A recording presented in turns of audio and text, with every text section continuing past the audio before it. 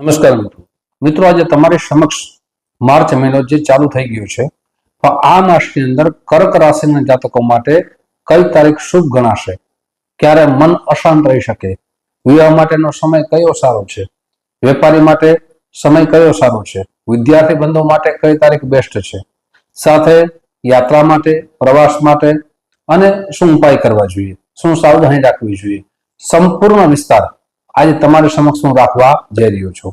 જો આપની કર્ક રાશિ હોય તો આ વિડીયો સંપૂર્ણ રીતે જરૂર સાંભળજો, સાથે સાવધાની રાખશો તો નુકસાનથી અવશ્ય બચી જશો। હવે લાભ કઈ તારીખમાં આપને થવાની સંભાવના વધી જશે તે પણ ચર્ચા કરશું।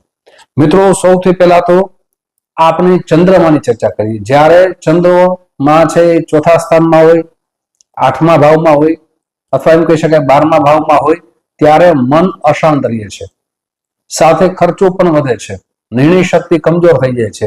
એટલે કઈ તારીખોમાં સાવધાની રાખવી ખૂબ જરૂરી છે। 6 તારીખથી લઈ અને 9 તારીખ સુધી ચંદ્રમા તમારા ચોથા ભાવમાં રહેશે। આપને આ તારીખમાં 6 થી લઈ 9 સુધીમાં મનને શાંત રાખવું, મનને એકાગ્રતા રાખવું અને કોઈ પણ નિર્ણય લેતા પહેલા ખૂબ વિચારીને નિર્ણય લેવો। શુભ કાર્યમાં ચંદ્રમા ચોથું સ્થાન અશુભ બનવામાં આવે છે। શુભ કાર્ય કરતા પહેલા આપની જન્મ કુંડળી બતાવવી ખૂબ જરૂરી છે। સાથે બીજી તારીખ છે 16 માર્ચ થી લઈ અને 18 માર્ચ સુધી પણ ચંદ્રમા છે 8મા સ્થાનમાં રહેશે। 8મું સ્થાન તે પણ અશુભ સ્થાન ગણવામાં આવે છે, એટલે મનને એ તારીખમાં પણ શાંત રાખવું। નિર્ણય શક્તિ કોઈ પણ કાર્ય હોય, પછી નોકરી કરતા હોય તો ભલે, બિઝનેસ કરતા હોય તો ભલે, પાર્ટનરશિપમાં કાર્ય કરતા હોય તો ભલે, આ દિવસોમાં શાંત લઈ અને કોઈ પણ નિર્ણય લેવો તમારા માટે શુભ ગણાશે। સાથે ત્રીજી તારીખ છે 25 માર્ચ થી લઈ અને 27 માર્ચ સુધી। આ તારીખમાં ચંદ્રમા તમારા 12મા સ્થાનમાં રહેશે। ખર્ચો વધશે, અશાંત મન થઈ જશે, વિવાદમાં ન પડવું। આપ જેટલા વિવાદમાં પડશો, અશાંત થઈ જશો તો આપના જીવન માટે મોટું નુકસાન થવાની સંભાવના વધી જશે। એટલે જે પણ નિર્ણય કરો એ ખૂબ સમજી વિચારીને કરવો જોઈએ। આ સમયે પૈસાની લેતી કરતી વખતે પણ સાવધાની રાખવી જોઈએ। મિત્રો આગળ પણ તારીખ તમારી સમક્ષ રાખીશ, પણ તે પહેલા એક નમ્ર પ્રાર્થના છે। મારા નવા મિત્રો આ વિડીયો જોઈ રહ્યા છો, મિત્રો આ વિડીયો તમને ગમે તો જરૂર ને જરૂર લાઈક કરજો, તમારા મિત્રોમાં શેર કરજો।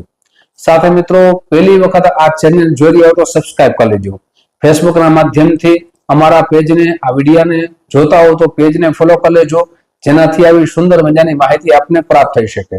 મિત્રો જે પણ ચર્ચા કરીએ છીએ એ ગોચર ગ્રહ અનુસાર કરીએ છીએ, ચંદ્રમા ઉપર કરીએ છીએ, રાશિ ઉપર કરીએ છીએ, એટલે ક્યારેક શુભ ઉપર મળે, ક્યારેક અશુભ પર મળે, એમાં તફાવત આવી શકે। શા માટે? જન્મ કુંડળીના ગ્રહો જો સારી સ્થિતિમાં હોય તો શુભ ફળની આશા વધી જાય છે, યોગ સારા નિર્માણ થાય છે, પણ એ જો તમારી જન્મ કુંડળીમાં ગ્રહોની સ્થિતિ ખૂબ અશુભ હોય તો અશુભ પરિણામ પણ આવી શકે છે। એટલે જન્મ કુંડળી જોઈને આગળ વધવું, ઉપાય કરવા ખૂબ જરૂરી હોય છે। મિત્રો હવે વાત કરીએ ખાસ કરીને વેપાર માટેનો સમય કયો સારો છે, વેપારી બંધુઓ માટે ક્યારે લાભ થવાની સંભાવના વધી જશે, વેપાર પ્રગતિશીલ બનશે, આપ જે કાર્ય કરી રહ્યા છો એ કાર્યમાં આપણે સફળતા મળશે। તો એ દિવસો છે, એ તારીખ છે 1 તારીખથી લઈ અને 14 તારીખનો સમય તમારા માટે બેસ્ટ સમય વેપારી માટે કહી શકાય। સાથે નોકરી કરતા વર્ગ માટે આ મહિનો સામાન્ય રહેશે। આ મહિનાની અંદર આપને નવી નોકરી પ્રાપ્ત કરવાની કોશિશ કરવી હોય તો વધારે વિશેષ છે। એ આપની 6 તારીખથી લઈ અને 14 તારીખ સુધીનો સમય તમારા માટે બેસ્ટ છે। પરિવર્તન કરવાનો આપની ઈચ્છા હોય કે એક નોકરીમાંથી બીજી નોકરીમાં આપને જવું છે, અથવા આપને વિદેશ જવાની ઈચ્છા હોય નોકરી છોડી અને બીજી નોકરી મેળવવા માટે, તેના માટે પણ આ સમય સારો કહી શકાય। હવે મિત્રો વિદ્યાર્થી બંધુઓ માટે કયો સમય સારો છે? આ પૂરો માસ તો આપના માટે સામાન્ય રહેશે, મધ્યમ રહેશે, દોડાદોડી કરાવશે, પણ વિદ્યાભ્યાસ કરતા વિદ્યાર્થી બંધુઓ માટે સંગત દોષથી બચવું ખૂબ જરૂરી છે, સાથે મહેનત કરવી પણ ખૂબ જરૂરી છે। જ્યારે વિદ્યાર્થી હોય અને વિદ્યાભ્યાસમાં ધ્યાન ન દઈ તો સમય ચાલ્યો જાય અને એ સમય પાછો મળતો નથી। એટલે વિદ્યાર્થી બંધુઓએ ખૂબ વિશેષ કરીને મહેનત કરવી જોઈએ। તમારા માટે જે સારો સમય છે એ 6 તારીખથી લઈ અને 14 તારીખ સુધીનો સમય તમારા માટે બેસ્ટ સમય કહી શકાય। આમાં આપ કંઈક પરિવર્તન કરવાની ઈચ્છા હોય તો પરિવર્તન કરી શકો છો। સાથે બીમારી માટે ઘણી બધી નાની નાની બીમારી હોય તેમાં ધ્યાન ન દઈએ તો મોટી બીમારી આવે અને જીવનમાં ઘણું બધું નુકસાન થઈ શકે છે. એટલે આ બીમારી માટેનો જે આપને સાવધાન થવાનું છે. આપ યાત્રામાં જાઓ, પ્રવાસમાં જાઓ અથવા ખાવામાં આપને ડાયાબિટીસ આવી કોઈ પણ પ્રકારની બીમારી હોય તો એની સારા ડોક્ટરની સલાહ પણ લેવી જોઈએ, દવા નિયમિત રીતે લેવી જોઈએ, વ્યાયામ અવશ્ય કરવું જોઈએ. સાથે તેની તારીખ છે એ ખાસ કરીને 6 તારીખથી લઈ અને 14 તારીખ સુધીનો સમય છે, એમાં સાવધાનીનો સમય છે. હવે ખાસ કરીને યાત્રા માટે પછી વિદેશ યાત્રા હોય તો ભલે અથવા આપને કોઈ નાની યાત્રા હોય, કોઈ મુસાફરી હોય જેમાં આપને લાભ થવાની સંભાવના વધી જશે, એ તમારા માટે ખાસ કરીને તારીખ છે એ મિત્રો છે 25 થી 31 તારીખ સુધીનો સમય તમારા માટે બેસ્ટ છે. હવે લગ્ન માટે આ પ્રસ્તાવ તો મૂકો છો પણ પ્રસ્તાવ સ્વીકાર થતો નથી અથવા સારું પાત્ર મળતું નથી. તેનું કારણ શું હોઈ શકે? તો તેના માટે કારણ છે તમારી જન્મ કુંડળીમાં સપ્તમ ભાવ. જ્યારે સપ્તમ ભાવ દૂષિત હોય ત્યારે લગ્નમાં મોડું થાય છે.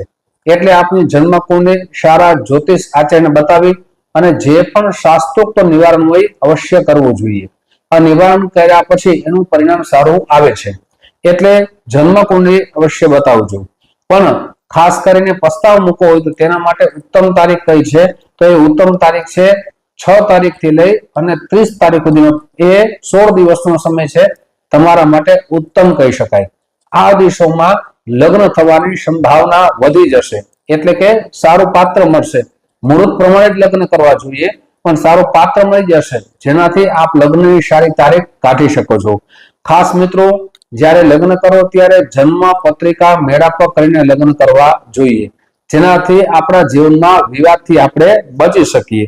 હવે મિત્રો, ખાસ કરીને જે યાત્રામાં જવાના હોય તેના માટેનો જે સમય છે એ 1 તારીખથી લઈને 14 તારીખ સુધીનો છે. અને ખાસ કરીને જે વિશેષ લાભ મળવાનો છે, પછી નોકરી હોય તો ભલે, વેપાર હોય તો ભલે, જે તારીખ છે 25 તારીખથી લઈને 31 તારીખ સુધીનો સમય કાર્યની સફળતા માટેનો સમય છે. તેમાં પણ આપણા જીવનમાં સફળતા મળી શકે છે. મિત્રો, કઈ વાતની સાવધાની રાખવી તે પણ ચર્ચા કરી છે. કઈ તારીખો તમારા માટે શુભ છે તે પણ ચર્ચા કરી છે. હવે આપણે કયા ઉપાય કરવા જોઈએ જેનાથી ગ્રહોની શુભતા વધી જાય? તો આપણે પ્રતિ દિવસ શંકર ભગવાન ઉપર ગાયનું દૂધ ચડાવવું જોઈએ.